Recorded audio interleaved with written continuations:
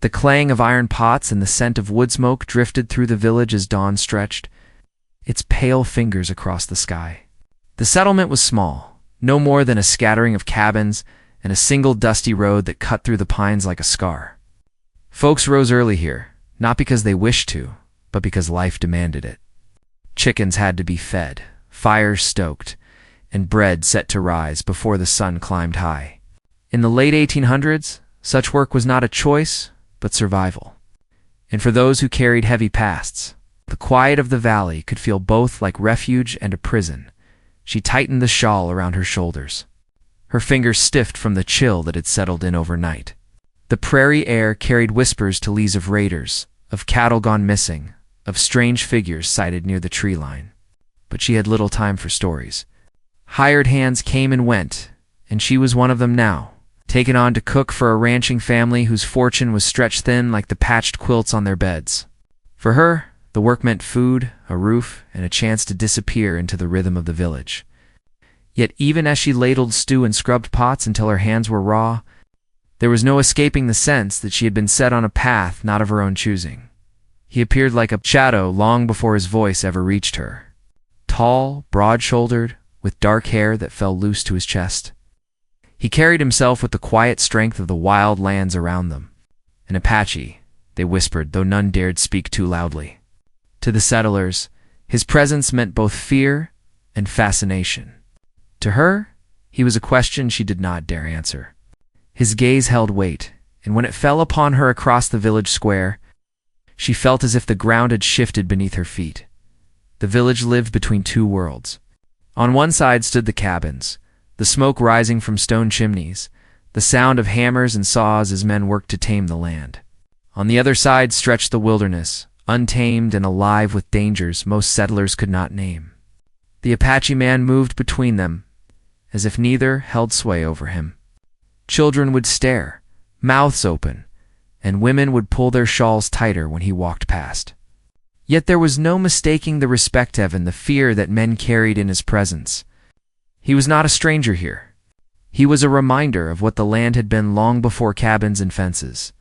She first spoke to him by accident, when the task of gathering water from the stream forced her into the silence of the trees. The bucket was heavy, her skirts catching on brambles, and she muttered under her breath until the sound of snapping branches stilled her. He was there, as if the woods had conjured him, watching with eyes dark as flint. Her first instinct was to run, but her legs would not move. He did not step closer, only tilted his head slightly, as though studying something more fragile than he had expected to find. She managed only a nod, and when she looked again, he was gone. Days turned to weeks. The more she tried to ignore him, the harder it became. His shadow seemed to find her no matter where she worked the well, the smokehouse, the edge of the cornfields. Sometimes he said nothing. Sometimes his low voice carried a word or two, quiet enough that she almost wondered if she had imagined it.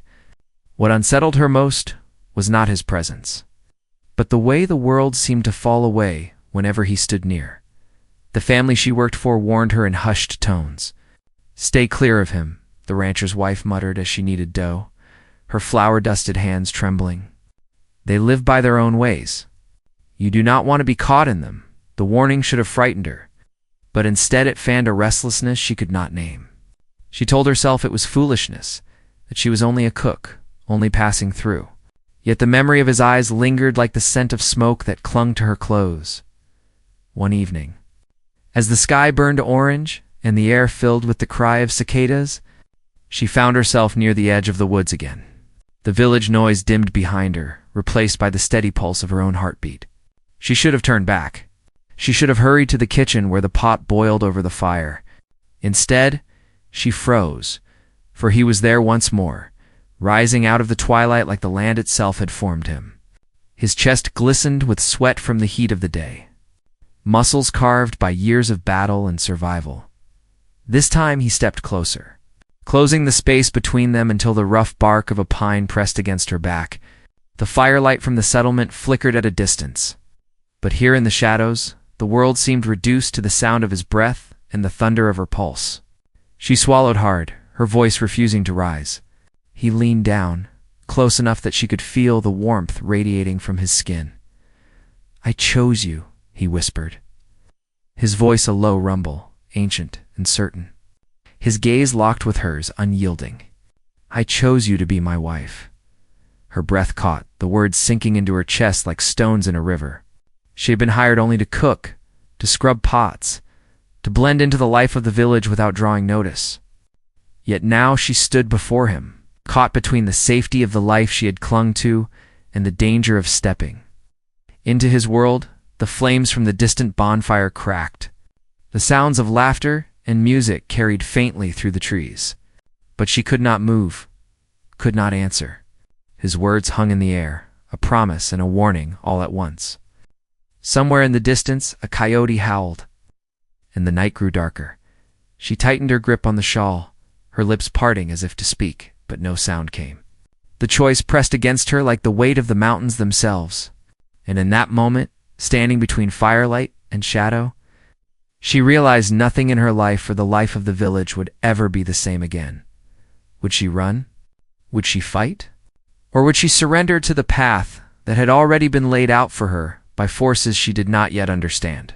The answer remained unspoken, suspended in the still night air, waiting for the dawn to decide. Her knees trembled though she willed them steady.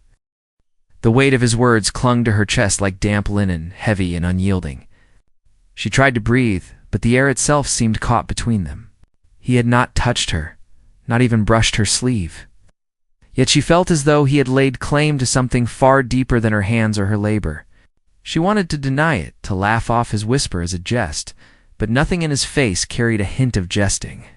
His eyes burned with certainty, the kind that made her blood run cold, even as a strange heat stirred beneath her ribs. For a moment she thought of stepping past him, of returning to the safety of firelight and familiar chores, but her legs betrayed her. The tall Apache held his ground, the muscles in his jaw tense, as if waiting for her to speak. When her silence stretched too long, he stepped back at last, the movement slow and deliberate, as if he had already seen what choice she would make, though she had not. Then, without a word more, he turned and melted into the trees, leaving her pressed against the pine. The night buzzing with questions she dared not say aloud. Sleep eluded her that night.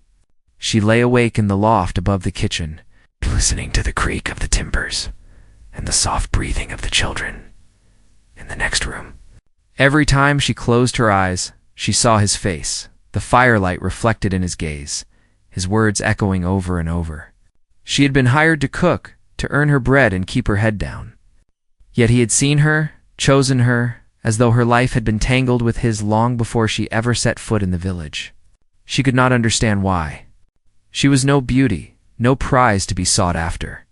She was a woman with little to her name beyond calloused hands and a shawl frayed at the edges by mourning. Her body moved through chores, as if pulled by habit alone. Kneading dough, feeding chickens, hauling water, her mind was elsewhere, turning circles around the memory of his voice.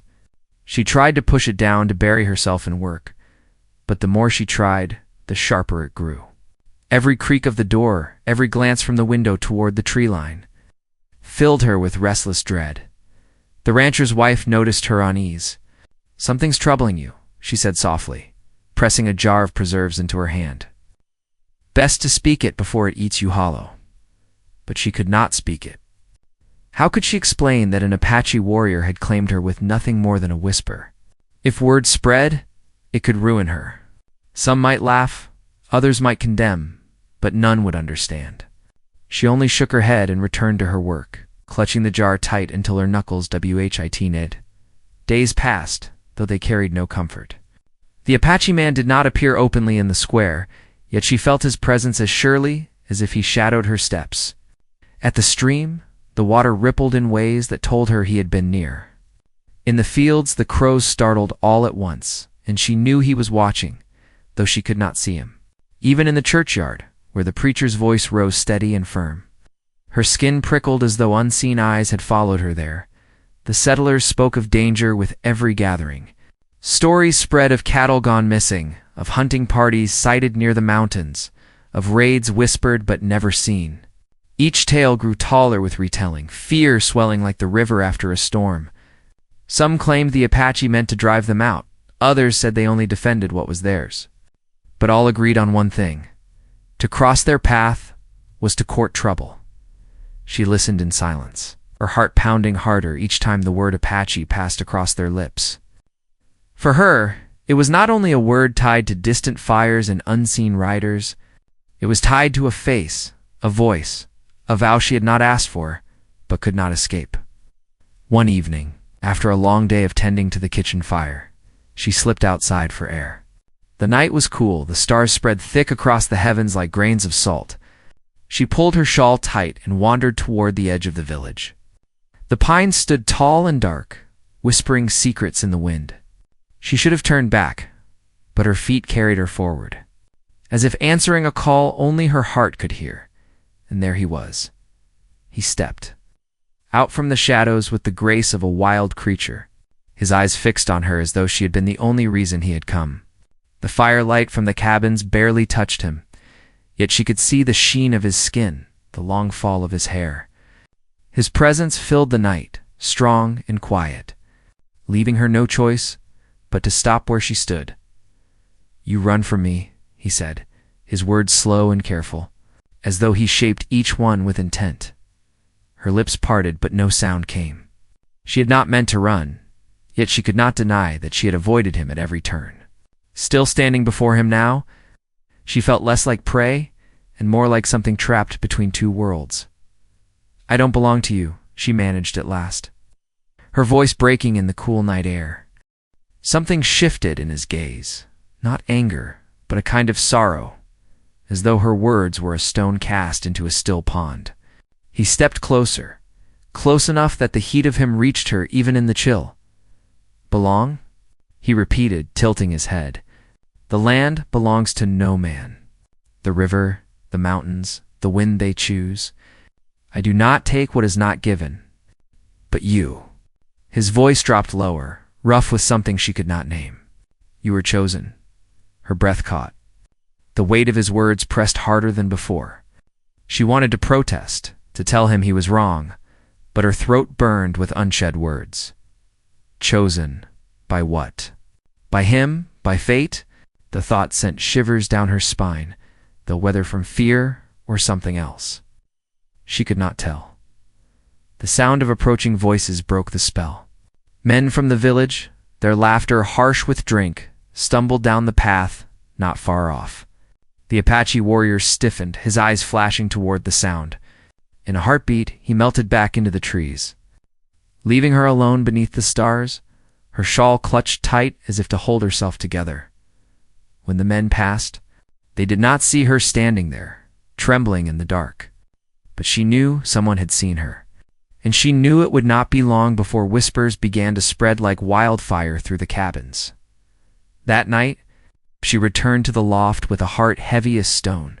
She lay awake, staring into the dark, wondering what path she had been set upon. The village feared the Apache. The Apache warrior had claimed her with words that struck deeper than steel, and she was caught between, belonging to neither side. Her fate tangled in shadows she did not understand. Morning came again, as it always did. The rooster crowed, the fire sputtered back to life, and chores demanded her hands. Yet beneath the motions of daily work, her mind churned with questions that gnawed at her. Why her? Why now? What did he see that even she could not? The answers did not come. Instead, the unease grew, settling into her bones like a storm waiting on the horizon. Each day carried the same rhythm, yet each moment felt different, heavier. As though the world itself held its breath, the village did not know. The children laughed and played in the dust, the women traded gossip by the well. The men hammered and sawed and cursed the weather, but she knew. She carried the secret like a flame hidden under cloth, dangerous and unyielding. And every time her eyes strayed to the line of trees beyond the fields, she wondered if he was there, waiting, watching, certain still that she was the wife he had chosen. The thought both frightened and drew her. And though she fought it, though she prayed each night for the weight to lift, she could not deny the truth building inside her. Her life was no longer her own, and no matter how far she ran, the whisper of his vow would follow. The storm had not yet broken, but she could feel it drawing near, the air heavy with it, the silence before the first strike of lightning. And she knew when it came, nothing in the village, or within her, would remain untouched. The days bled into one another, each filled with chores and the steady rhythm of survival. But beneath the routine pulsed a current she could no longer ignore. She moved through the village like any other hired hand, kneading dough, fetching water, chopping onions, until her eyes stung. Yet always her thoughts returned to that night by the trees. His words clung to her like smoke, impossible to shake. Every sound beyond the cabin walls felt louder, every shadow longer. She tried to convince herself it was all in her mind, but deep down, she knew better. The settlers were restless too. News traveled from one cabin to the next, carried on lips that feared silence more than truth. A hunting party claimed to have seen Apache riders near the ridge. A rancher swore his cattle had vanished overnight. A mother whispered that her child had found arrowheads near the creek. Whether the tales were true or not hardly mattered. They spread quickly, weaving a net of unease that caught everyone within it. The preacher's sermons grew louder, harsher, calling for vigilance, for strength in the face of what he called heathen danger. The men nodded, their jaws tight, their hands drifting to rifles that leaned by the door. She listened with her head bowed, but inside she trembled. For her, the Apache were no longer just a distant rumor. They had a face, a voice, a presence that had claimed her in a way she could not explain. She kept her secret buried, but the weight of it threatened to crush her.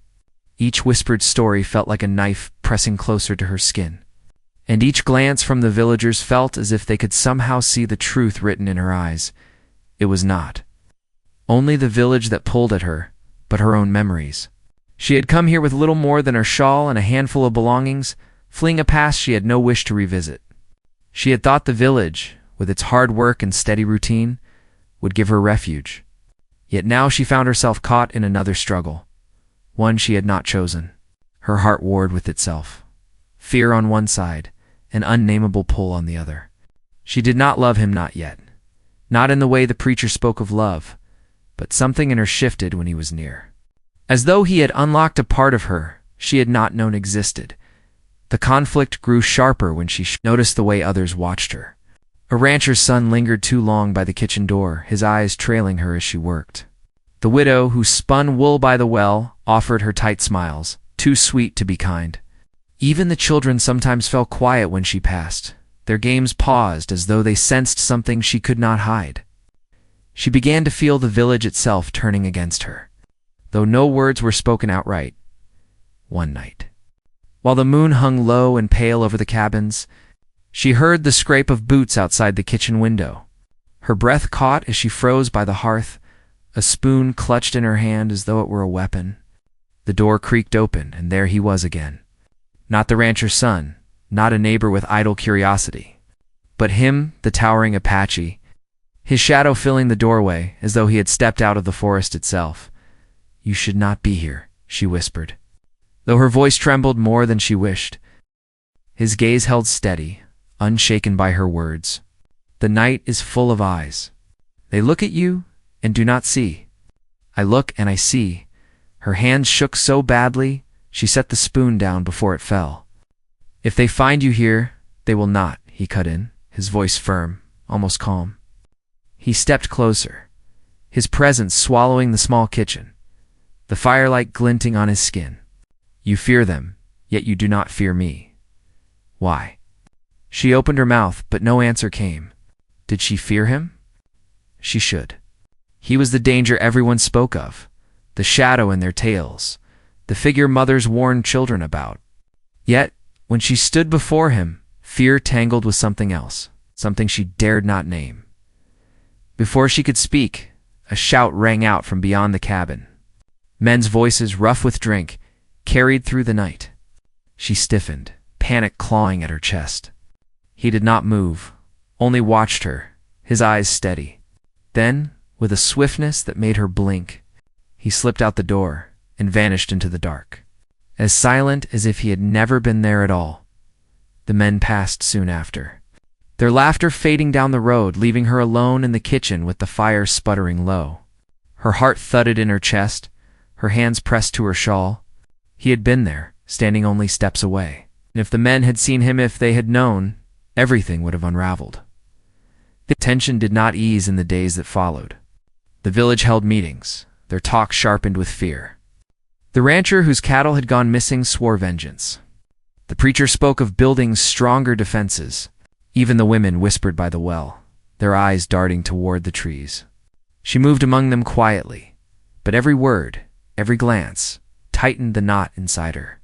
She was caught between two fires, one from the village and one from the man who claimed her. And she knew it was only a matter of time before the flames met. Subtler struggles began to stir as well. The rancher's son grew bolder, offering to carry her water pail, to split wood for the fire. His smiles, too, pointed to be innocent. The widow by the well grew sharper in her looks, whispering to others when she passed. Even the rancher's wife, once kind, began to watch her with a wariness she could not hide. She wanted to tell them nothing, to bury her secret deep. But secrets have a way of clawing to the surface. One afternoon, as she scrubbed the floor of the kitchen, she heard the children outside chanting a rhyme, their voices lilting and cruel. They spoke of ghosts in the woods, of women taken by shadows, of warriors who chose brides from among the settlers. Her stomach turned to ice. They could not know. Not truly, but the words cut deep all the same. She sat back on her heels, the brush slipping from her fingers, water rippling with each tremor of her hand. The Apache man did not return to the cabin again, but she felt him near. At the stream, at the edge of the fields, in the hush of the woods, always near, always watching. His presence steadied her as much as it unsettled her. A constant reminder that she was no longer only herself.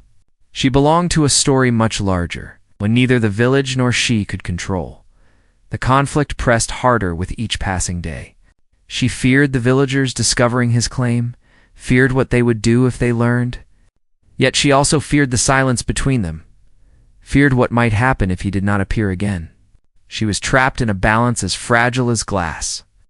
One wrong step enough to shatter it all, and beyond the village, beyond her own turmoil, larger storms brewed.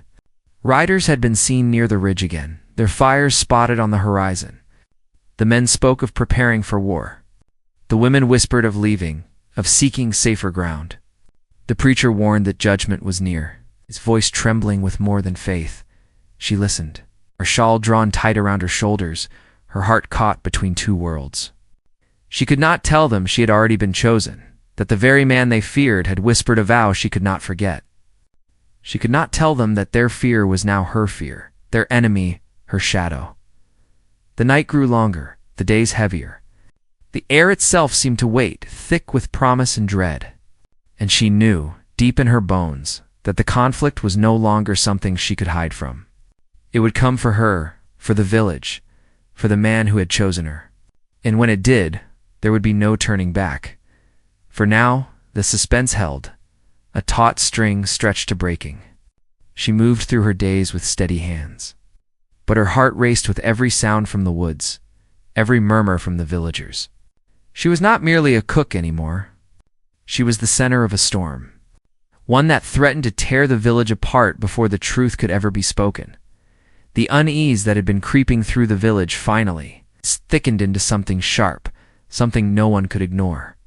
Every conversation by the well, every hushed word in the churchyard carried the same weight.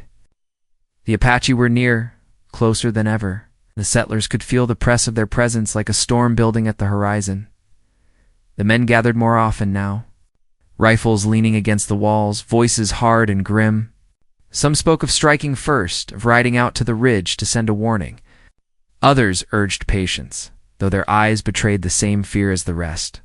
The preacher fanned the flames, speaking of wolves that circled the flock, of fire and ruin that would surely come if they faltered. And all the while, she kept her head bowed, her shawl tight around her shoulders, praying no one saw the truth she carried like a brand beneath her skin. She could not tell them she had seen him again. She could not tell them that, when the night grew still, she felt him near. the weight of his gaze like a tether she could not shake. His vow haunted her, not with sweetness, but with inevitability. I chose you. The words pulsed in her ears as if carried by the wind itself. She did not know what frightened her more, the thought of him keeping that vow, or the thought of what the villagers would do if they discovered it. The rancher's son, bold in ways only youth and arrogance allow, pressed harder in his pursuit. He lingered by the kitchen door, offered her scraps of conversation she had no desire for, and looked at her with eyes that carried a hunger far different from the Apache warrior's gaze. His interest did not go unnoticed. Whispers began to stir, tongues wagging about how she might have caught his fancy. The rancher's wife grew colder. The widow by the well sharpened her remarks, and she felt herself hemmed in on all sides. One evening, as the sky bled into twilight, she stepped outside to gather kindling. The air was heavy, the kind of silence that comes before thunder splits the heavens. She crouched low, her basket half filled, when the hair on her neck prickled.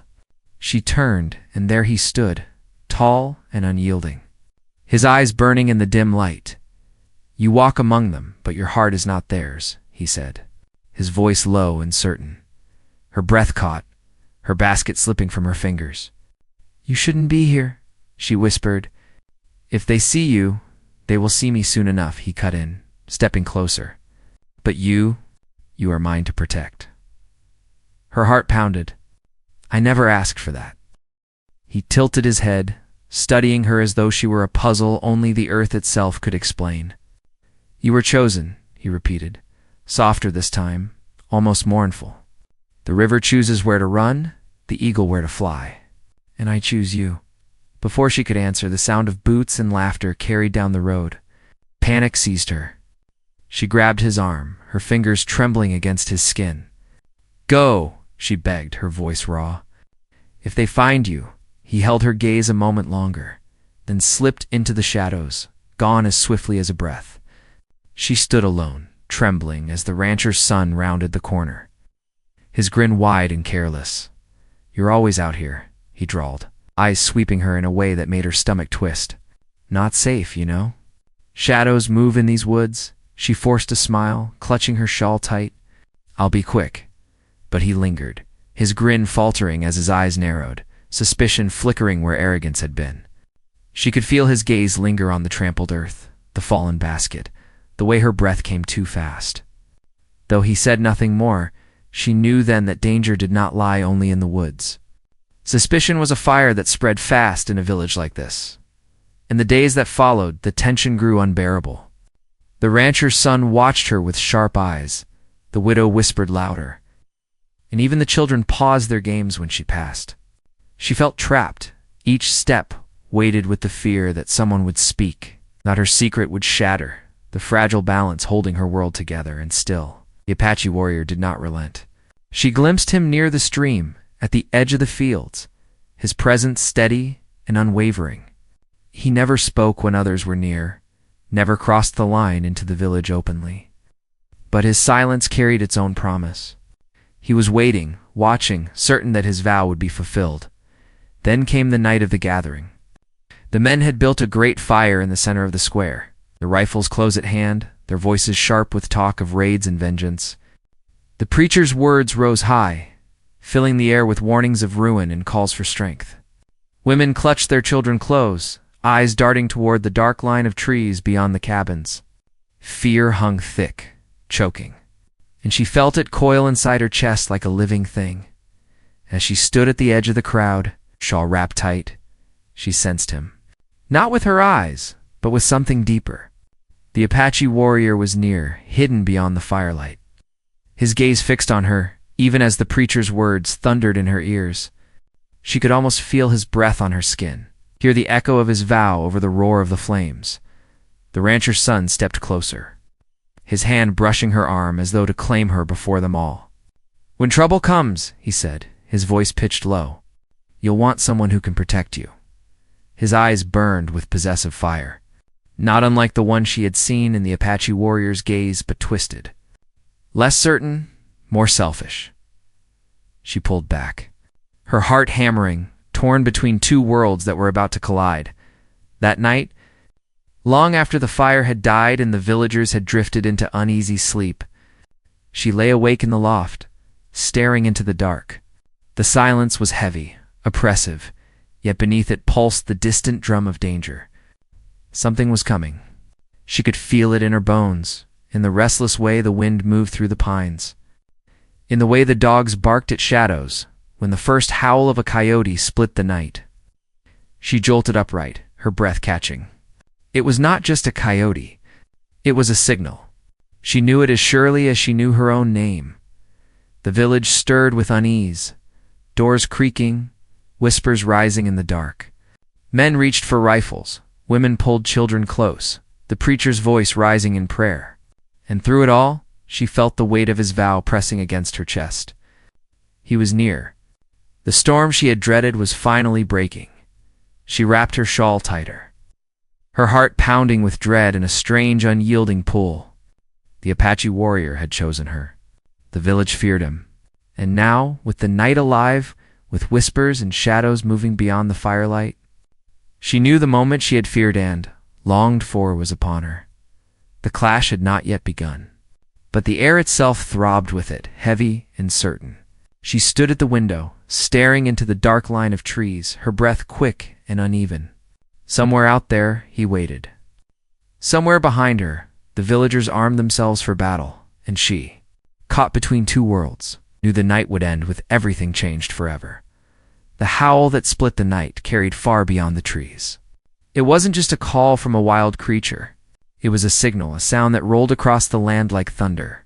The village stirred in fear, doors opening, lanterns flickering to life, men rushing for their rifles. Women hushed their children and pulled them close, the air alive with dread. The preacher's voice rose above the commotion, his words sharp and frantic, urging them to hold their ground and trust in their strength.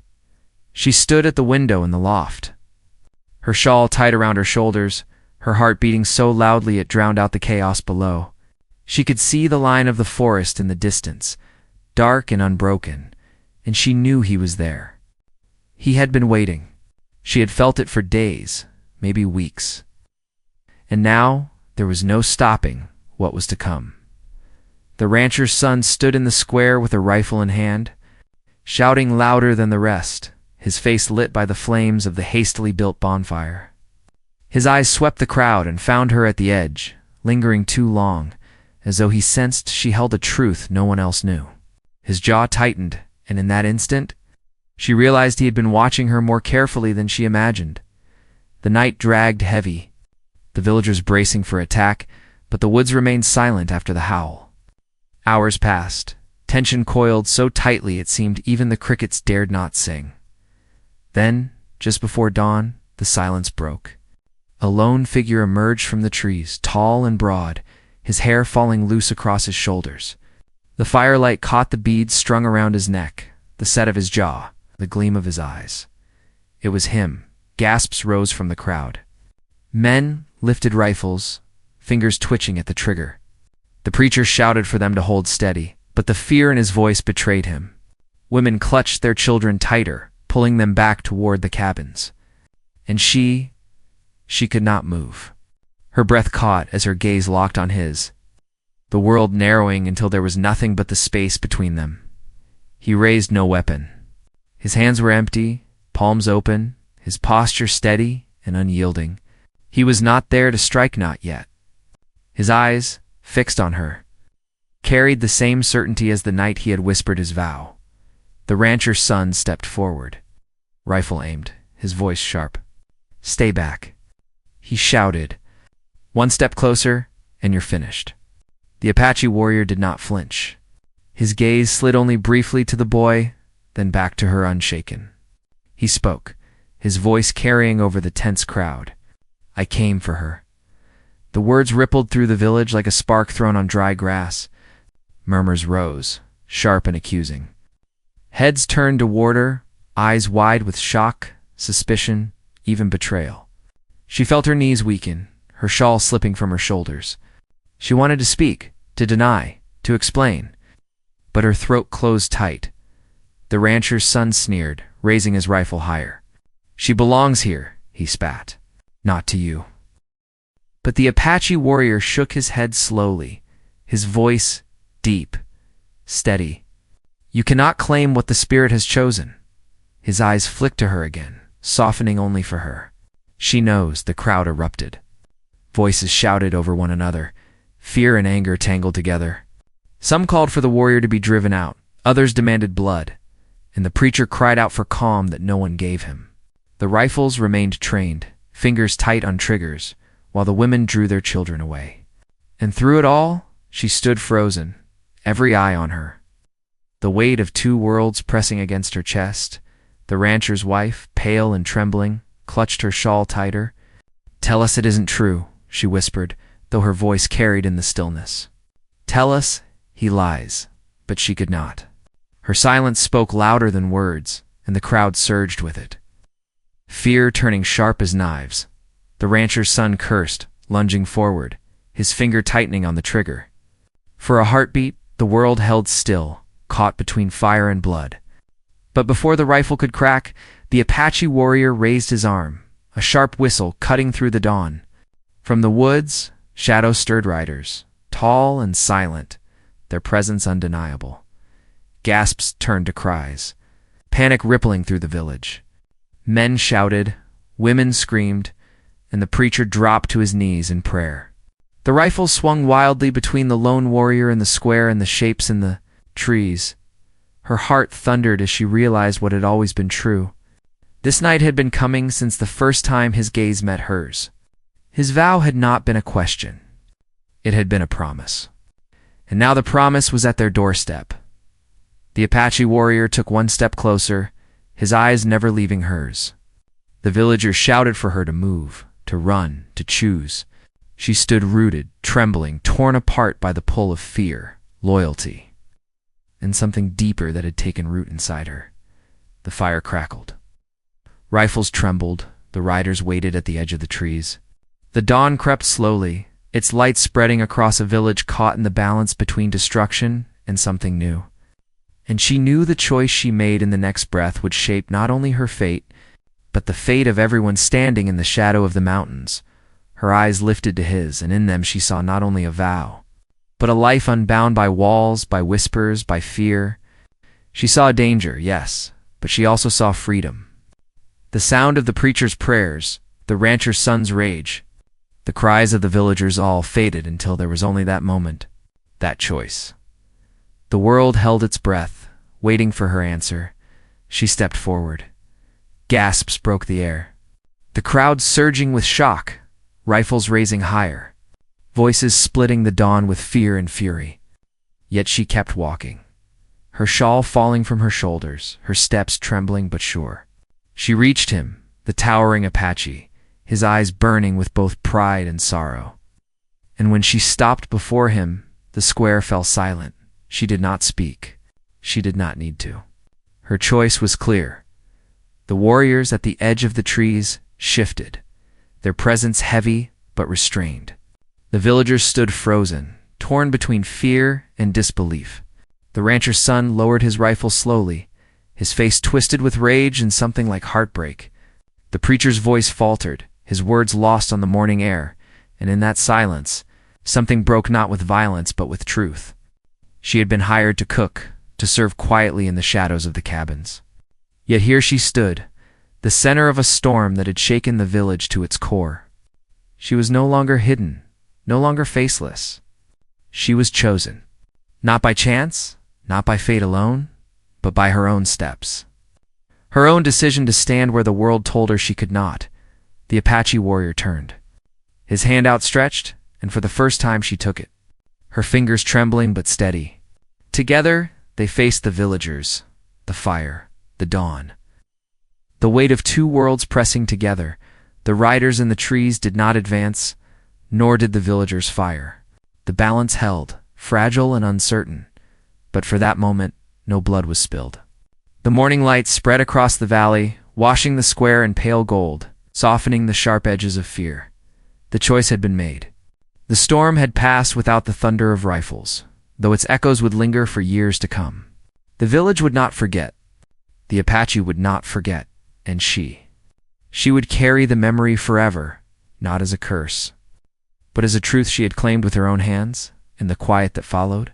As the crowd slowly dispersed, as the riders melted back into the forest, as the preacher lowered his eyes, she stood beside him, her heart both heavy and free. She had not chosen the path laid before her when she first stepped into the village with little more than a shawl and weary hands. But she had chosen now. The words he had whispered on that night returned to her, not as a burden, but as a promise fulfilled. I chose you. And in the light of dawn, standing between the fire of the village and the shadow of the trees, she finally whispered back, her voice steady and sure. I choose to. The mountains bore witness. The river carried the sound, and the land itself seemed to breathe again. The story of the hired cook and the towering Apache would live on in whispers, in sermons, in songs told by firelight. But for her, it was not legend. It was life. And though the road ahead would be filled with trials, with doubt, with the weight of two worlds that might never fully meet, she walked it with her head high, her hand in his. The morning sun breaking over the ridge, the village returned to its rhythms in time, though it was never the same. The rancher's son carried his bitterness quietly. The widow's whispers grew softer, and the preacher's sermons took on a different edge. The children, once quick to chant cruel rhymes, learned a new story instead. One that spoke not only of fear, but of choice, for her. The lesson was simple, yet sharp as flint. Life does not always follow the path we expect.